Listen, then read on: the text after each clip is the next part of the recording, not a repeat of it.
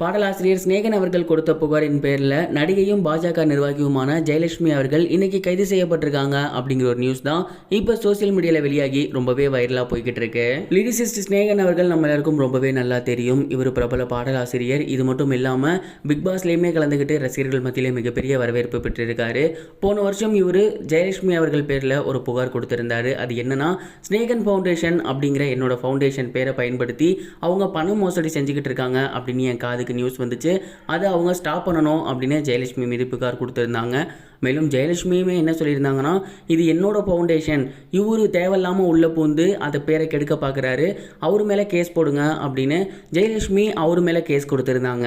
ஜெயலட்சுமி கொடுத்த புகாரின் அடிப்படையில் சிநேகன் மீது பெண்கள் கிட்ட தப்பாக பேசினது, அது மட்டும் இல்லாமல் ஒருத்தவங்க மேலே சந்தேகப்பட்டது அப்படின்னு 2 வகையான கேஸ் பதிவு பண்ணப்பட்டிருக்கு.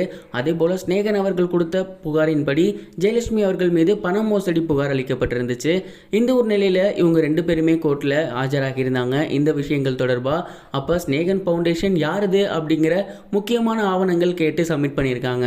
இந்த ஒரு கேஸ் போய்கிட்டு இருக்கு, இன்னும் முடிவடையில். சிநேகன் ஃபவுண்டேஷன் அஃபிஷியலாக யாரோடது அப்படிங்கிறது தெரிய வந்ததுக்கு அப்புறம் தான் யார் மேலே தப்பு இருக்கு அப்படிங்கிறது தெரிய வரும். இந்த ஒரு நிலையில் சிநேகன் அவர்கள் கொடுத்த புகாரின் அடிப்படையில் ஆக்டர் ஜெயலட்சுமி அவர்களை காவல்துறை இன்னைக்கு கைது செய்திருக்காங்க அப்படிங்கிறது தெரிய வந்திருக்கு. இந்த ஒரு நியூஸ் தான் இப்போ சோசியல் மீடியாவில் ரொம்பவே வைரலாக போய்கிட்டு இருக்கு. இந்த ஒரு கேஸ் தொடர்பாக சிநேகன் அவர்கள் போன வருஷமே கேஸ் கொடுத்திருந்தாரு. என்னோட பேரை தவறாக பயன்படுத்துறாங்க, நான் எங்கேயும் எந்த ஒரு இடத்துலையும் மக்கள்கிட்டேருந்து பணம் கேட்கல, மக்கள் பணம் அனுப்பவும் வேண்டாம், என் பேரில் யாராவது கேட்டாங்கன்னா எனக்கு இன்ஃபார்ம் பண்ணுங்க அப்படின்னு சொல்லியிருந்தாங்க. அதை அப்போவே சொன்னார், இதில் ஒரு ஆக்டர் தான் ஈடுபட்டிருக்காங்க அப்படின்னு. அவர் சொன்னது போலவே ஜெயலட்சுமி அவர்கள் தான் ஈடுபட்டிருந்தாங்க அப்படிங்கிறது தெரிய வந்திருந்துச்சு. சிநேகன் அவர்கள் சொல்லியும் தொடர்ந்து அவங்க அதே மாதிரியான செயல்களில் ஈடுபட்டு வந்தது தான் இன்னைக்கு அவங்க கைது செய்ததுக்கு முக்கியமான ரீசனாக மாறி இருக்கு. இது ஒரு புறம் இருக்க, சின்னத்திரை தம்பதிகளான ஸ்ரீகுமார் மற்றும் ஷமிதா இவங்க 2 பேரும் விவாகரத்து செய்ய போறாங்க அப்படிங்கிற ஒரு தகவல் வெளியாகி இருந்துச்சு. அதற்கு அவங்க 2 பேருமே அவங்க சைட்லேருந்து பதில் கொடுத்துருக்காங்க. ஸ்ரீ என்ன சொல்லியிருந்தாருன்னா, நாங்கள் 2 பேரும் இப்போவும் ஒற்றுமையாக தான் இருக்கோம், சோசியல் மீடியாவில் அந்த மாதிரி ஒரு கான்ட்ரவர்சியை கிளப்பி விட்டுருக்காங்க, உங்களுக்கு வேணும்னா என் ஒய்ஃபுக்கிட்ட ஃபோன் பண்ணி தரேன், நீங்கள் அவங்கக்கிட்டே கேளுங்க அப்படின்னு ரொம்பவே ஸ்மூத்தான ஒரு ஆன்சர் கொடுத்துருந்தாரு.